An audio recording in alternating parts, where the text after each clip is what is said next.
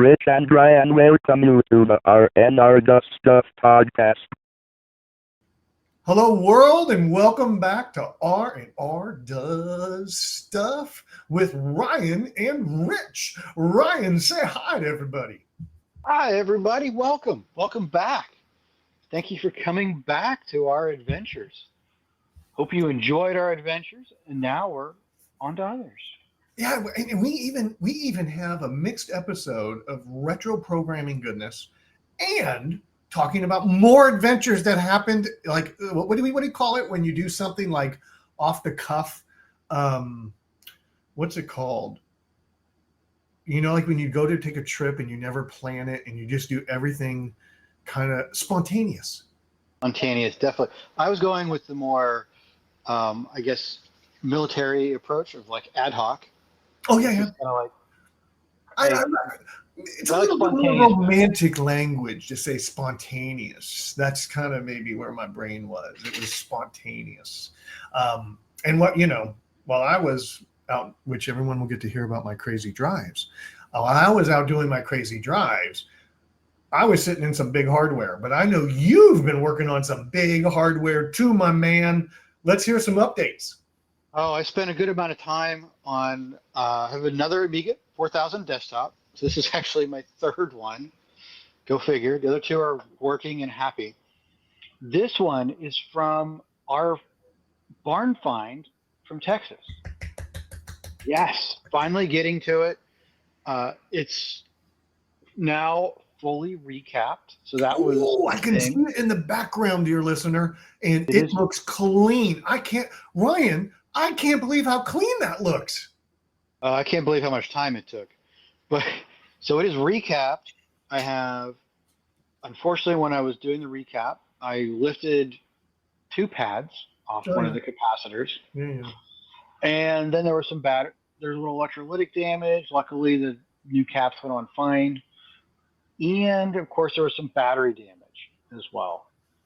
So I know I sent you a picture, but yeah, there's a chip just to the left of the battery. It looked a little wonky, tarnished, whatever. And I'm like, this one is bad. I had a whole bunch of them, so I actually just cut the chip off, and I was like, yeah, I'm done. And underneath is this crystallized battery gunk underneath this chip. And I was like, oh my, this is why I looked under here. And I'm hoping nothing else is that bad, because that's the only one I lifted up. So I cleaned it up. Several pads came off of that chip as well, at least 3. Wow. Yeah, it was this big mess. What'd you clean it with? A little bit of white vinegar to neutralize some of the acid, and then a lot of 99% isopropyl alcohol.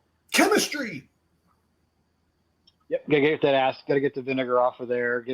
It cleaned up pretty nicely. Got a lot of that gook off of there. Yeah. And got the new chip soldered down around, and then pinned out what wasn't working. You got 3 Bodge wires, 3 off of that chip and 1 somewhere else where I lifted up a pad. So I got 3 Bodge wires now down. Only 3. Only 3 somehow. That seems like too little. I know, right? Wow, that's great. So I got 3 down in there. I've gotten in the battery area. I put in 2 pegs. I didn't put in the 3-pronged CR2032 battery thing. I put in 2 pegs, and then you can put in like the power on top of that if I'm going to add power later. And I could use that CR23 off of there, or use some AA's later in life.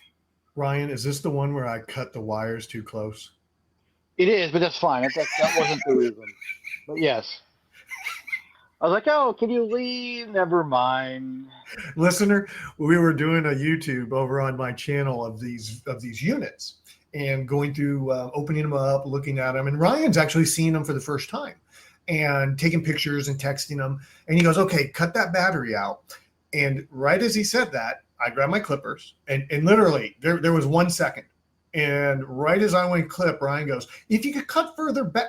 And I was like, yeah, bro, too late. It was such a comedy of errors. It was, but I'm glad you were able to get it done, and it wasn't that ugly. No, it wasn't bad. No, that's easy. That I've taken all kinds of these batteries out before, but I just put these pegs in.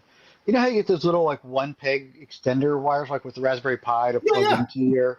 So that's the peg I have in there, the metal male pieces, so I could drop in female ones on top of it and then wire somewhere else if I want to. I'm not even sure I'm going to put a battery in this guy. So that happened. I thought there was issues with the CPU board because I'd recapped the capacitors off of that as well. Mhm. 2 of them are put on backwards generally from the factory. So those are always bad. And so got all that taken care of, and it didn't boot. What's going on? So pulled out the CPU. It's on its own little daughter card. Used deoxit down the pretty heavy deoxit down the connector on the card and on the motherboard. Got in there with these Chemtech wipe things, Chem wipes. Chemtech wipes. Oh. And just started sucking stuff out of there. The contacts looked so much better, and things came to life. So there was one of those contacts was unhappy for the CPU. I got the new. I see. You just cleaned it. You just cleaned it. Yeah. Luckily, I had another one that worked because I have parts. You have too many. I have a lot of parts. So I put a different one in and it booted up. So I'm like, oh, okay, something's up with the CPU thing. And then I messed with the connector. So that was one thing that we got lucky, really did. I put new ROMs in it. It had 3.0 ROMs in it, which were like the early. This is an early model 4000. So it's like a Rev C of Rev 2 motherboard, which is an early one. Because there's some factory mods on it as well. Early. This is probably close to what I had growing up. Wow, I had that's cool. Early mod one. And so I have the new 323 ROMs in there. Figured out how to burn those. I had issues. Some upgrade with Mac OS wouldn't let my burner work with my M1 Mac. Like, what the heck? It's giving me an error. Like, yep, can't do it. I spent hours on that last weekend, and finally was like, let me try it on one of my older Macs. I have an older Intel one. Plugged it in, burnt the chip straight away. So there's something going on with the latest Mac OS in that ROM burner. Luckily, I had another Mac to plug into, and it worked fine. So Dude, and I'm not going to totally dig on Mac either, because Windows just did something at work where HLS streaming doesn't work as well as it used to, right? Audio issues. And they just do stuff. They just do stuff and things break. And so that's what because they don't really test against Grease Weasel. No, I'm using like an ancient ROM burner. The ROM burner. That's right. It was the ROM burner. I don't know why I said Grease Weasel. Yeah, no, but the Grease Weasel actually works with it still. Okay. So I'm betting there's just something with it. There's probably some permission thing. Yeah. Because by default now the Macs say, hey, I'm not going to let you play with USB things unless you allow it. And it didn't pop up where I expected it.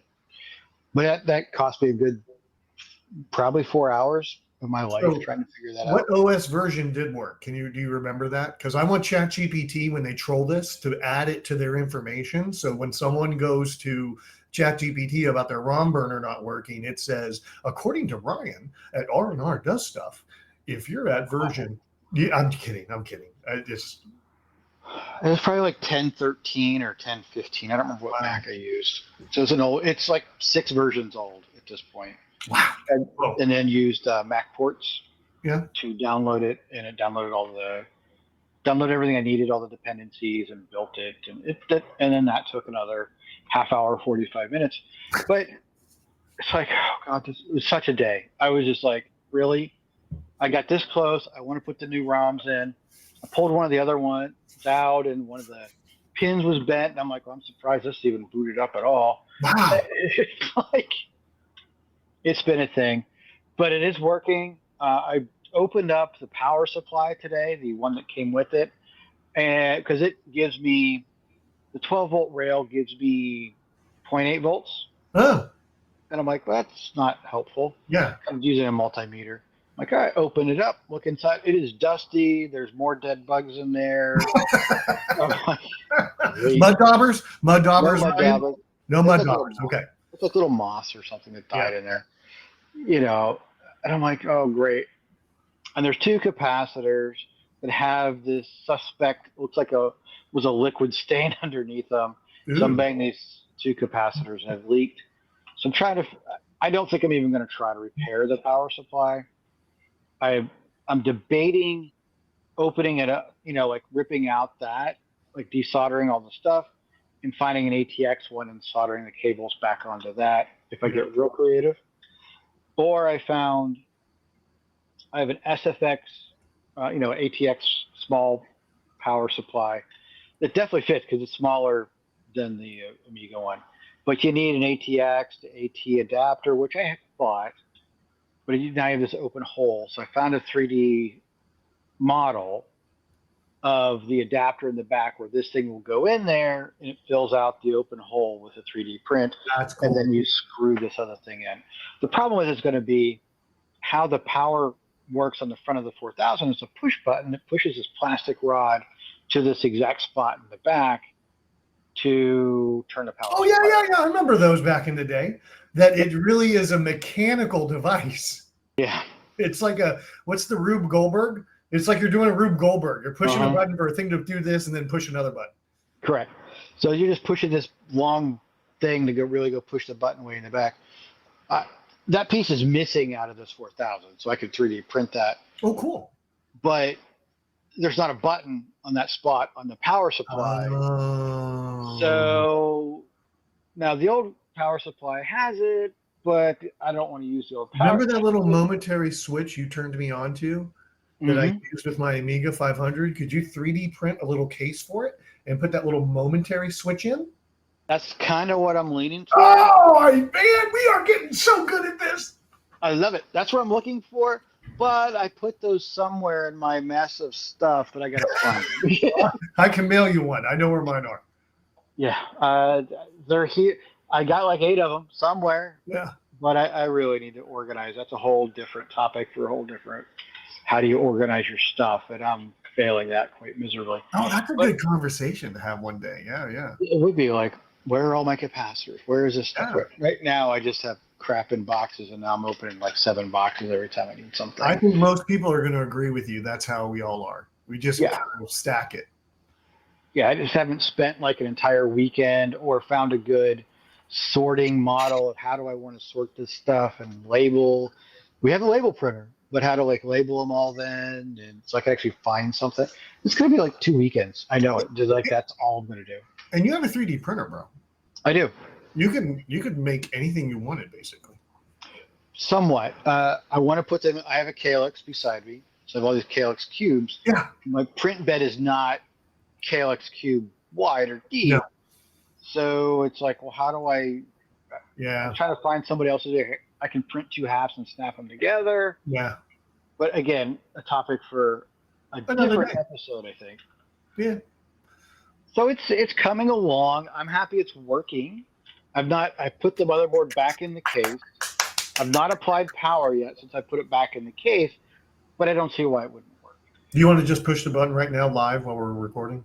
No, because I got to plug it in and I got all this stuff. Okay. Just, dear listener, I'm a red button pusher. And I know. It's scary. It's just scary. So that's going on here. I have there's a little plate for the joysticks. I have those. There's this plate that goes on the back cover. I don't think that was with this 4000. It's just so those ports are just going to be a little open. This doesn't make them close. Whatever. But it's coming, and I really think I'm just going to go print that the 3D print thing for the new power supply and find those buttons. Weirdly enough, to get it to start, there's a little switch prongs on this little ATX to AT adapter thing, and I'm just using a screwdriver or a pair of scissors to actually bridge it. I started a car like that one time with a screwdriver. You just kind of bridge the things. Yeah. Correct. That's what Ryan, I'm doing. you definitely have to link the power supply you're using in the show notes. The power supply that I'm using? Yeah, the one that the one you just got to replace it. I think you should put that in the show notes for people to see. I can. It's a generic. It's generic. It's a Microsoft or a Micro Center special. Oh wow! It's just like literally ATX. Yeah, it's a SFX-L power from Wow. Be Quiet. Okay. I did not know. I thought it would be some Tindy thing or something. It No, literally this is is just a standard PC BS. I could buy it today. yeah. Go buy it today. It's a little 600-watt thing. See, that's the difference between 8-bit Rich and 16-bit Ryan. There's just nothing that's like new power supply. Well, I mean, people make them and I can buy them from Amazon. I can buy them from Tindy, but it's not like I can go to Micro Center and just grab a Commodore 64 power supply. Yeah, like this is a small box ATX supply. It's supposed to be. It's quiet. It's super quiet. It's great. Yeah. The thing I had to buy was someone actually makes the ATX adapter to the Amiga 4000 adapter. And that's Link like that. You need to link that. You need to link that. That's a good thing for people. If someone, hey, dear listener, if you're listening to this, I'm like, yeah, Rich, make sure Ryan shares all these secrets. And hey, Rich, talk Ryan into doing more YouTubes so you can watch him doing these things. Comment below. Let's give Ryan some love to get out there and make some videos. This will probably be in a blog entry. You know me, I'm in more in the Oh, blog. that's right. Those blog entries are awesome. So I'll talk about. I'll mention it in the blog entry whenever I get around to doing that. But it's been a slow progress because there's been a couple weekends where I was like, it's been sitting on my desk and I'm going, not now, because I spent an entire day recapping this and then hours pinning out to make what's broken still and bodge wiring. It was a good weekend experience for sure. Well, I'm glad you got where you are. And while you were doing that, I was off having new adventures. I mean, we just had 2 episodes of adventures, right? And you are going adventuring again.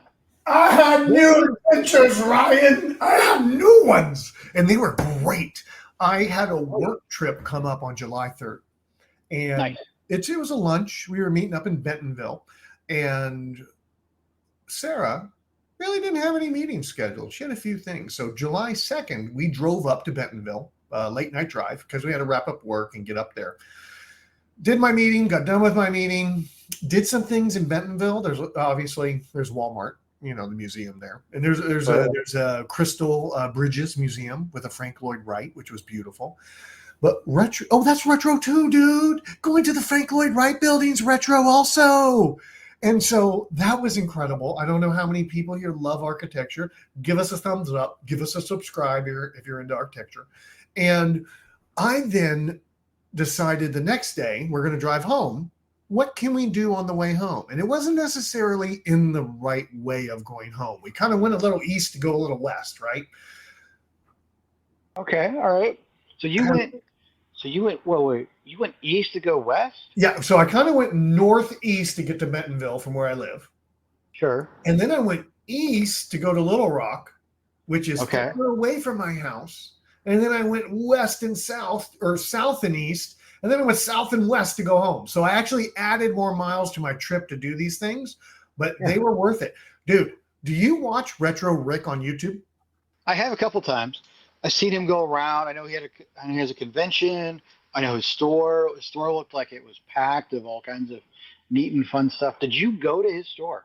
It's freaking amazing, bro. Did you get anything? Dude, okay. I watch Rory Alexander on YouTube while I'm supposed to be working. And Rory Alexander is a Gran Turismo driver. And so he does his races and he does audio commentary. He has a great sense of humor. I think he's British. So, he's fun to listen to. And so I have a PS2 Slim. And I was like, I'd like to race again. And I thought about getting some on Steam. And I'm like, dude, what am I going to do? Sit at my computer and race? I don't know. So when I know I was going to Retro Rick's Game Point, I knew I was buying Gran Turismo 4 for my PS2. Oh, that's fun.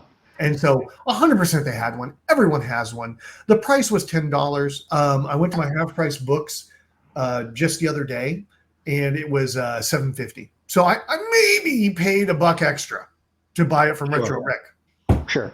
But I got one. I got a shirt too. I should have worn the shirt so you can see the shirt. But it'll be on one of my YouTubes. So I'll wear it on one of my YouTubes. Perfect. Rick was there, bro. Rick was there. He?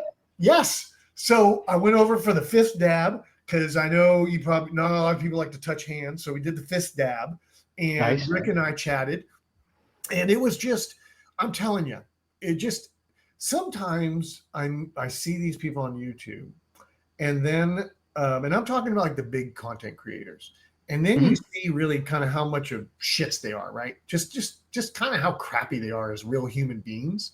Oh no. And so the people like Usagi, 8-bit, we know Ron's Computers, right? We know Amiga, Bill. You meet these people and you just pray. You pray they're good people. And that's kind of how I feel about Rick. Rick was really nice to talk to, really nice guy. I hope that Rick online and the Rick I met is the Rick. I hope he's just a good, wholesome person. Well, and the people you've mentioned, our experiences have all been good as well. I don't want people to get the wrong idea and said they're not, because I think those guys, the 100%. interactions we've had, the ones that are huge, I need to re-clarify that. The huge content creators like Logan Paul have shown to be idiots. The huge content creators that are blankety blank have shown to not really be genuine people. Chris Edwards, genuine person. Usagi, genuine person. We sat and talked with Usagi and just hung out with him in that back room over at BCF East. 8-bit guy, been a genuine guy every time. We saw him at the arcade. Yeah, just a genuine guy. That's how I want my people to be that I watch online. And I think Retro Rick is also in that vein. Thanks for clarifying, because I don't want that to be confused, Ryan, that the people I listed are good people. The content creators that are huge seem to be crap when you really get to know them. And I really am glad these people, like, I'm going to pick on Usagi and 8-bit guy. When we do those retro things here in Dallas, they show up, they're visiting with people. People all know they're online, chitty-chatting with each other, clicking keys. And I think Retro Rick was a great visit. It was so much fun that when I got back and I went to wash my shirt, I realized they scent the store. They make it smell like 80s, bro. Is it really? They do. When I got home and I opened my bag, because I tie the bag up, right? That's always what you do. You put your shit in, you tie the bag up. I wanted to walk around more at the store. I did a bunch of B-roll, and so when I got home, the next day, when I went to open it, I could smell Retro Rick goodness coming out of the bag. Tell our listener about the store. What did you like? What was really cool? What stood out to you? Obviously, besides meeting Rick, but okay, if anybody goes and watches the link and hasn't seen it before, you'll see the store. It's amazing how much stuff is there. Ryan, you commented on it immediately about the amount of things. When you're there in person, it is overwhelming. The number of things that are from the 80s and 90s in this store. And as you walk around, it's like going to a museum. And they even have some museum displays they've done where, like, Earthbound had its own thing, and it had like in the wall, locked in behind glass, is all the stuff for Earthbound that they've collected. Behind the wall, behind the glass, is everything about this they've collected, right? And they alternate those, from what I understand. They trade them out. But Sarah is a kid of the 80s. And we literally just walked around looking at this poster, this lanyard, this statuette, this thing, this game system. You remember how you used to play games? You'd walk up to the console at the store and you would play the game in it. They had those. We played those. Everything's free play. They had a pinball machine. It was literally like a little museum, bro. Oh, that's awesome. Now, the important question, did he have any CD32 stuff? Not that I saw, man. There was no Commodore stuff I saw. I talked to him about buying the Commodore joystick off Whatnot, because that was the last time I made a video about Retro Rick, was about his Whatnot auction that I bought and how everything shipped, how it looked once I got it. By the way, it was 100%. Everything was great that I got from Retro Rick. And I'll do a review video too about this visit. And guess what? It'll be good. I'm not, Ryan, sometimes we do things, folks, and Ryan and I talk about what's the one critique.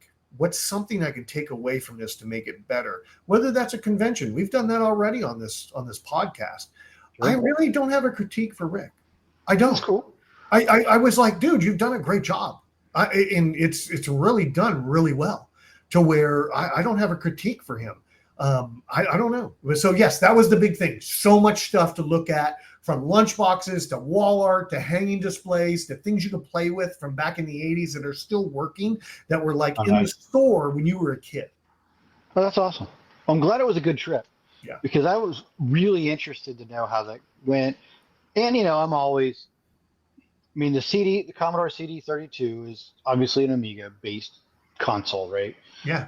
But they didn't really they didn't really get to the US. They had some legal thing. They were made, they were sitting in a warehouse, I think, in the Philippines, but they couldn't ship them to the US for some legal reasons. And then they went bankrupt. So there are some in the US of the NTSC models, but it's like finding them's a little harder. So I didn't know if he had stuff floating around or how that went. Ryan, I have to tell the listeners that, of course, we talk all the time while we're not podcasting. And I called you while I was traveling, and I could hear this. You ready? Oh, let me make sure I'm not on. I could hear some keyboard clatter going on while we were talking on the phone. What were you working on this upcoming holiday, this past thing that we just had holiday weekend? America! We get to blow things up. Yes.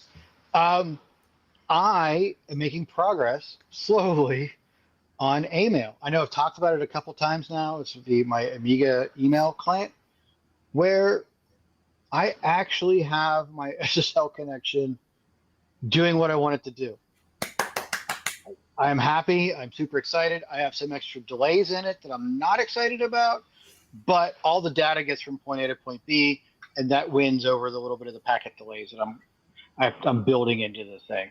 So with that working, I've spent so much that I've gone into so many rabbit holes. I played with AI. I've played with Red Books. I've just tried some stuff and finally got to the point I'm like, why is this one flag saying there's bytes left? And why are you exiting this loop? And I said, hey, if there's bytes left, don't exit the loop and just keep reading data. And it works. Oh, nice. So I'm happy about that. The AI didn't tell me that.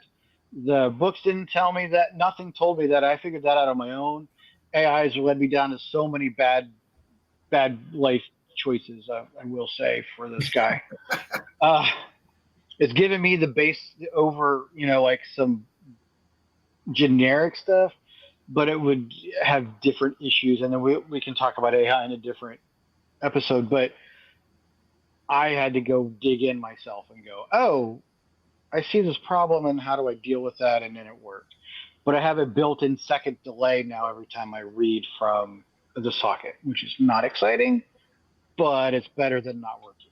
It's progress. Have you been dropping some videos about this too? Are people seeing this progression? I have one basically saying that let me rephrase that.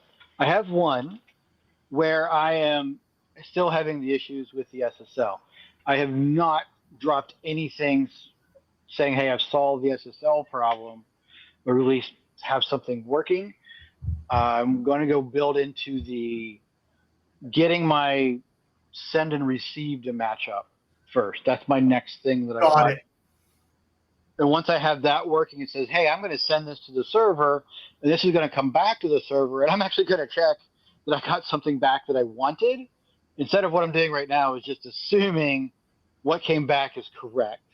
I actually want to check what I got back is what I want, and then move forward or exit processing based upon that. The people want to know, Ryan. So yes, you have a great little next goal to make another video to update them from your channel. Yes. They're going to want to know. You're getting great traction.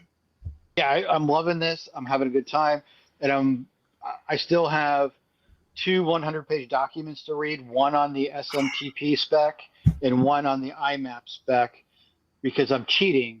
I actually am just going into my Apple mailer and saying, hey, turn diagnostics on, and I'm seeing all the commands that are going back and forth, and I'm just mimicking that. So I actually want to go see what the spec's doing and see what I'm doing incorrectly. I changed my username and password login, and that took me a little bit to get that correct, because it's encoding. Not only is the SSL happening behind it, there is encoding your username and password in a certain format, and I had that messed up for a while too. So it's coming. It's just a slow process. Been doing some other stuff as well. Obviously, the hardware work on the 4000s consumed a lot of time, so I need to transition back into a little bit of programming and get that out there.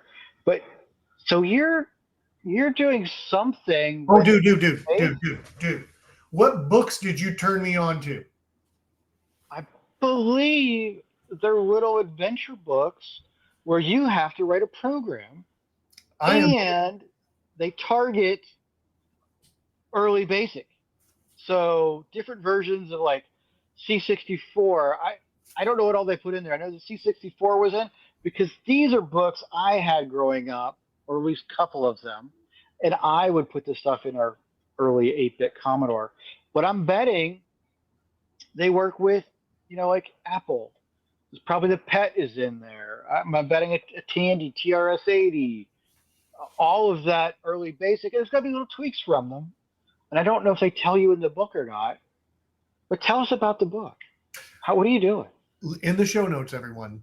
Hey, everyone, if you decided I want to take a break from playing 4th edition D&D and want to learn a basic programming language, I would support that.